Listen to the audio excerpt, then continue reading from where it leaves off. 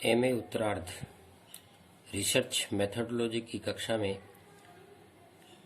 सभी भूगोल के विद्यार्थियों का स्वागत है। आपके रिसर्च मेथोडोलॉजी के पाठ्यक्रम में चौथे यूनिट में जनसंख्या प्रवास के सिद्धांत चल रहे हैं। पूर्व व्याख्यानों में आपने 4 सिद्धांतों के बारे में अध्ययन किया। इसमें पहला बताया गया था रेवनस्टीन का जनसंख्या स्थानांतरण सिद्धांत, दूसरा गुरुत्व मॉडल जो कि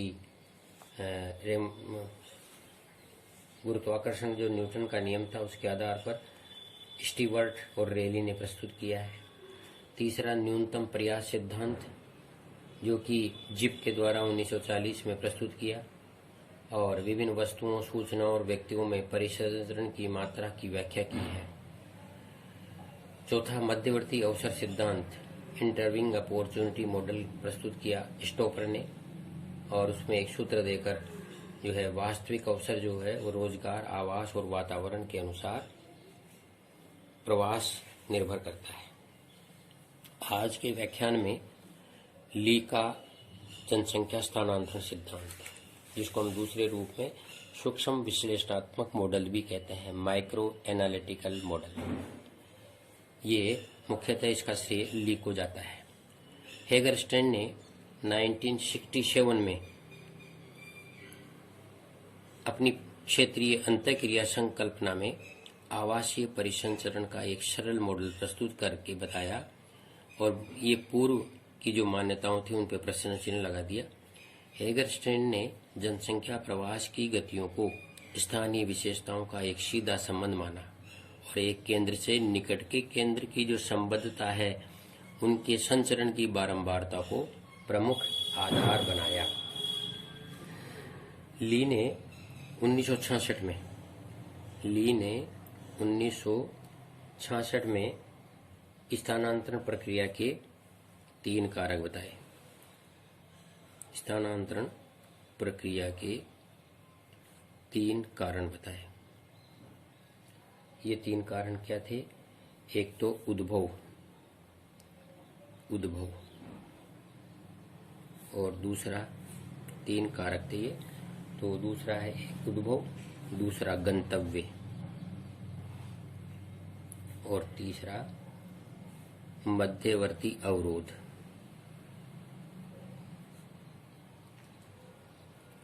यानी कहीं किसी भी स्थान पर जनसंख्या का स्थानांतरण उद्भव, गंतव्य और मध्यवर्ती अवरोध पर निर्भर करता है। ली महोदय ने बताया कि गंतव्य स्थान की जानकारी प्राप्त कर लेने के बाद उस तरफ स्थानांतरण का निर्णय गंतव्य से जुड़े हुए लोगों द्वारा नियंत्रित होता है। यानी किसी स्थान का जब भी पता चल जाए कि वहाँ रोजगार के अवसर हैं या वहाँ जो है आकर्षण का कुछ तत्व हैं, तो उसके बाद उसका स्थानांतरण किस पर निर्भर करता है? उसका स्थानांतरण का निर्णय उस गंतव्य से जुड़े हुए लोगों के द्वारा नियंत्रित होता है। स्थानांतरण की मात्रा, स्थानांतरण का प्रवाह तथा स्थानांतरण की विशेषताओं से संबंधित संकल्पनाएं ली द्वारा दी गई और जिसमें स्थानांतरण की मात्रा के लिए जो कुछ 6 इन्होंने ली ने स्थानांतरण की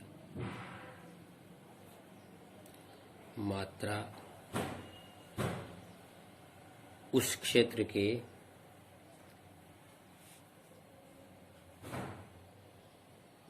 लिए 6 तथ्य प्रस्तुत किए। पहला क्या था? एक तो स्थानांतरण की मात्रा, स्थानांतरण की मात्रा उस क्षेत्र की विविधता पर निर्भर करता है।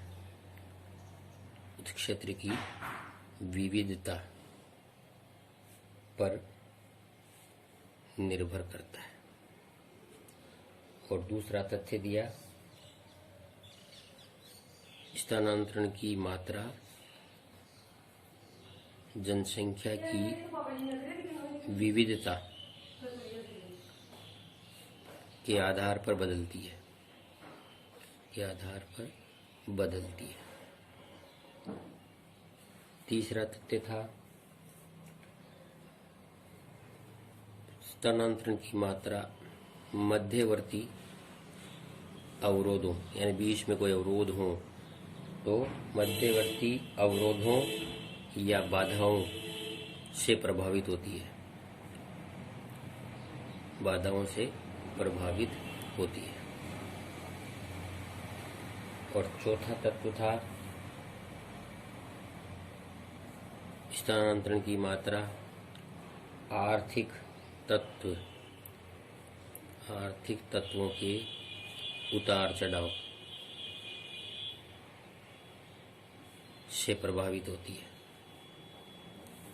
और पांचवा तत्व प्रस्तुत किया स्थानांतरण पर प्रतिबंध नहीं है, स्थानांतरण पर प्रतिबंध नहीं है। तो स्थानांतरण की मात्रा वर्धनों में की मात्रा व दर दोनों में समयानुसार वृद्धि होती है।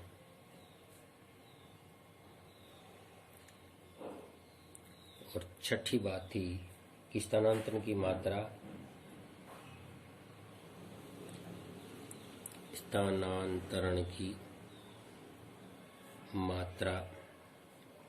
व दर उस प्रदेश की प्रगति के अनुसार परिवर्तित होती है।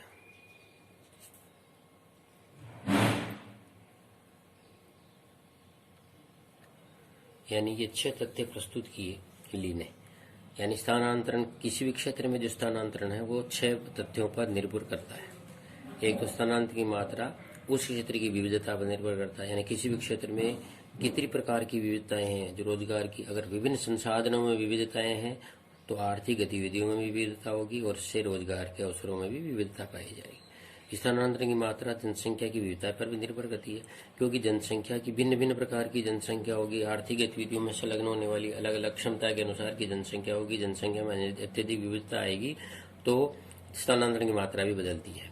स्थानांतरण की दर किस पर निर्भर करती है? मध्यवर्ती अवरोधों से भी प्रभावित होती है। यदि बीच में कोई बाधाएं हैं, जैसे मान लीजिए 2 क्षेत्रों के बीच में कोई पहाड़ी क्षेत्र है या कोई नदी है, तो ऐसी स्थिति में वो अवरोध उत्पन्न हो जाने के कारण स्थानांतरण भी प्रभावित होता है।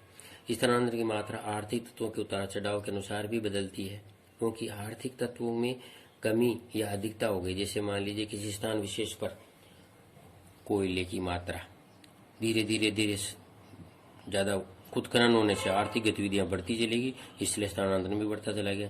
परंतु वहां अगर कोयला कुछ वर्षों के बाद समाप्त हो गया या कम हो गया या उसकी गुणवत्ता में गिरावट आ गई तो स्थानांतरण की मात्रा में भी अंतर आएगा। स्थानांतरण प्रतिबंध नहीं है तो स्थानांतरण की दर समय के अनुसार वृद्धि होती जाती है, यानी समानांतर बढ़ता जाता है अगर वहां पर कोई प्रतिबंध नहीं लगे तो।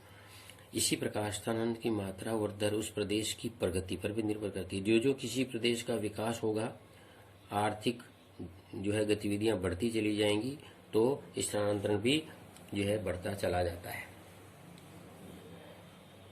ली ने स्थानांतरण संबंधी या प्रवाह, जनसंख्या प्रवाह, ली ने जनसंख्या प्रवाह संबंधी 6 संकल्पनाएं दी। पहली क्या थी? स्थानांतरण एक निश्चित दिशा में होता है। दूसरा, एक मुख्य धारा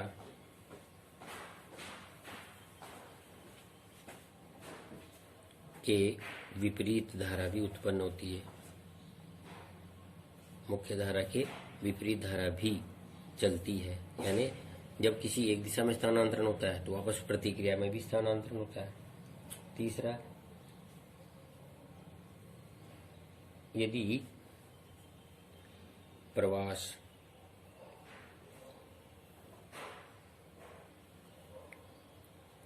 अवसारी कारक होता है, अवसारी है, तो प्रतिधारा अधिक बलशाली होगी।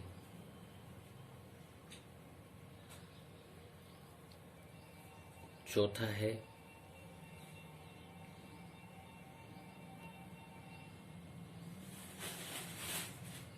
प्रवास की धारा व प्रतिधारा, प्रवास की धारा व प्रतिधारा की निपुणता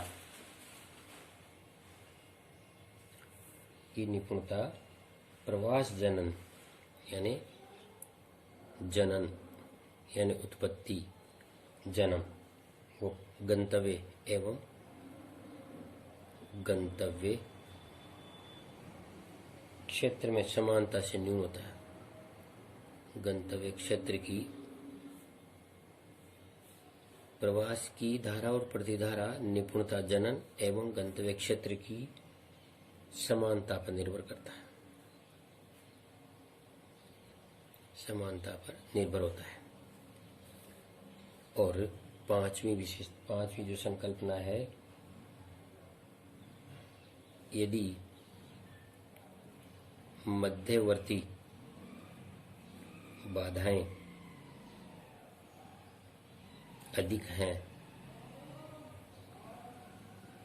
तो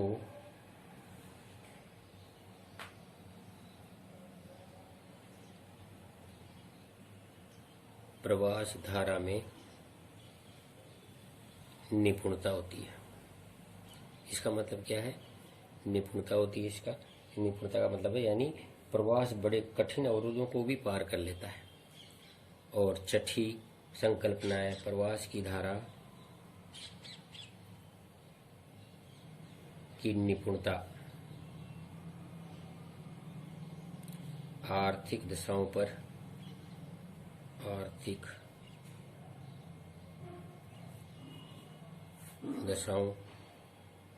से परिवर्तित होती है।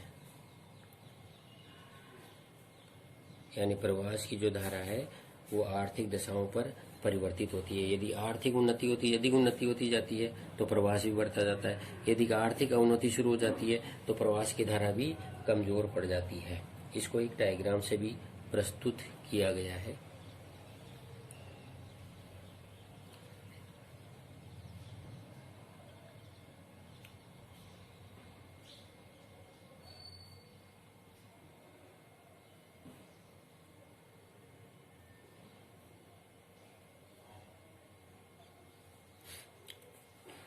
ये दो प्रदेश हैं,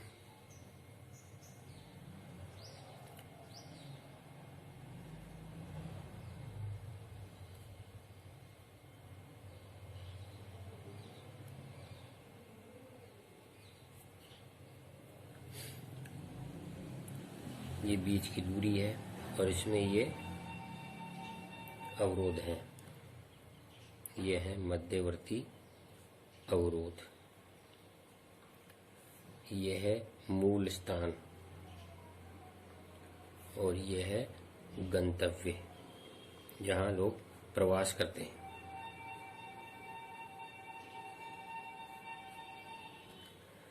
अब इसमें ये जो प्लस का पॉइंट बताया ये आकर्षक कारक है, आकर्षक कारक। माइनस का जो कारक है ये विकर्षक कारक है और जीरो जो है वो उदासीन।